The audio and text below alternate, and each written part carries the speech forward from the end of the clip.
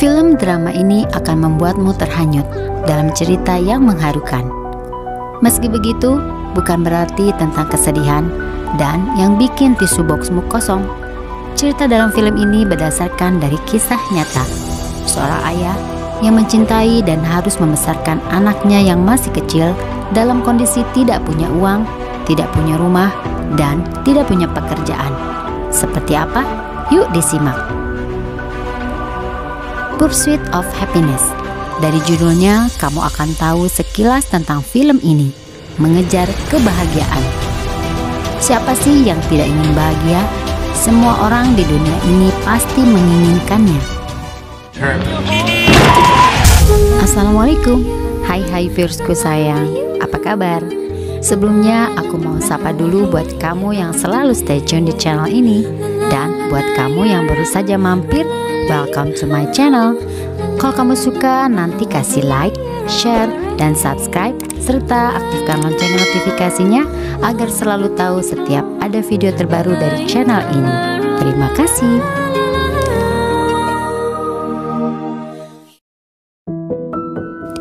Ceritanya ada sebuah keluarga kecil, seorang ayah, ibu, dan anak laki-laki yang masih kecil. Ayah yang dibintangi oleh Will Smith merupakan tokoh utamanya. Ia bersama anak kandungnya di kehidupan nyata memainkan kisah ini dengan sangat alami. Kamu gak bakal bosan. Bahkan, kamu akan terus stay tune mengikuti alur ceritanya tiap adegan. Sebut saja Chris Garner adalah seorang ayah yang rajin, pintar, semangat kerja tinggi, dan punya impian yang besar untuk keluarga, seperti impian keluarga pada umumnya. Dengan latar belakang seorang sales dan penjual, dia memberanikan diri untuk mengambil sebuah tawaran untuk menjadi distributor sebuah alat kedokteran yang baru dan canggih. Seperti kebanyakan orang yang mempunyai impian yang besar, Chris berani mengambil resiko dan menggunakan hampir seluruh tabungannya untuk membeli stok persediaan alat kedokteran tersebut dan memiliki wilayah eksklusif pemasaran di kotanya.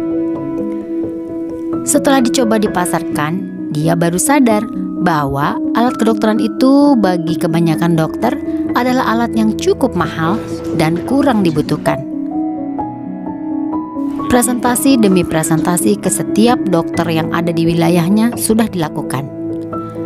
Kehadiran seorang anak dan biaya hidup yang terus berjalan membuat Chris mulai kesulitan dalam keuangan. Istrinya harus bekerja 14 jam sehari di tempat laundry demi membantu membiayai hidup keluarga. Biaya sewa rumah yang tidak terbayar dan beban hidup yang dirasa semakin berat membuat istri Chris tidak tahan dengan kondisi tersebut dan memutuskan untuk pindah ke saudaranya di New York. Tetapi rasa cinta Chris dan keinginan agar anaknya mengenal ayahnya membuat dia memutuskan dia yang akan membesarkan anaknya. Then go get happy, Linda. Just go get happy. Christopher's living with me. Anaknya dititipkan di sebuah tempat penitipan anak yang murah pada pagi hari. Kemudian sore hari akan dijemput oleh Chris setelah ia melakukan kunjungan ke dokter. Kondisi keuangan Chris menjadi semakin parah dan pada akhirnya diusir dari pemilik rumah kontrakan karena sudah tidak membayar biaya sewa berbulan-bulan. Dia dan anaknya akhirnya sampai harus tinggal di toilet dan kamar mandi di stasiun kereta api dan mengunci pintunya agar bisa tidur di dalamnya.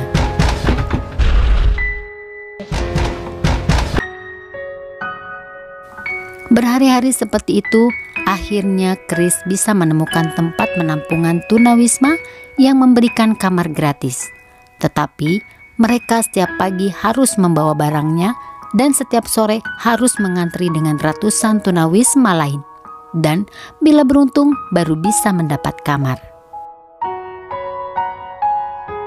Sambil terus menjual sisa alat kedokteran yang dimilikinya, Chris bertemu dengan seseorang yang memarkirkan Ferrari merahnya dan tampak sangat sukses. Keinginannya untuk sukses membuat dia memberanikan diri untuk bertanya, "Apa pekerjaan Anda sehingga bisa memiliki mobil Ferrari yang cantik ini?" Orang tersebut menjawab, "Saya seorang pialang saham." Dari sana timbul impiannya lagi dan dia mencoba melamar di sebuah perusahaan sekuritas untuk menjadi seorang pialang saham. Perusahaan tersebut menawarkan pendidikan selama 6 bulan untuk bisa menjadi calon pialang saham. Setelah 6 bulan pendidikan, mereka hanya memilih 1 dari 30 orang peserta untuk diterima menjadi pialang saham. Dan selama 6 bulan pendidikan tidak akan diberikan gaji apapun. Demi impian barunya tersebut, Chris rela melewati proses pendidikan dan seleksi yang berat tersebut.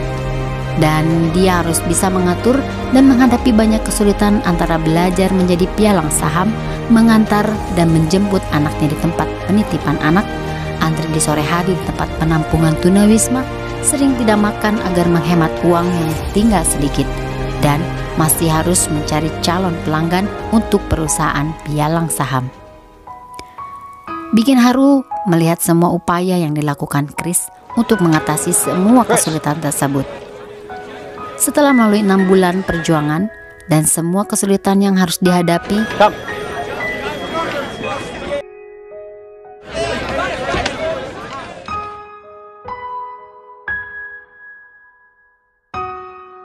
Hi, Chris. Mr. Fromm, good to see you. Sit down, please. You know, being the last day and all. Because tomorrow's going to be your first day.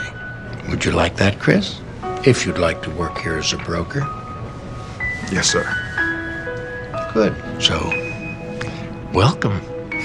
Chris akhirnya terpilih untuk menjadi seorang pialang saham dan luck. memulai karirnya di industri itu. Chris Gardner akhirnya menjadi seorang pialang saham yang sukses yang kemudian mendirikan perusahaan pialang sendiri dan menjadi multimiliarder yang dermawan. It's called happiness.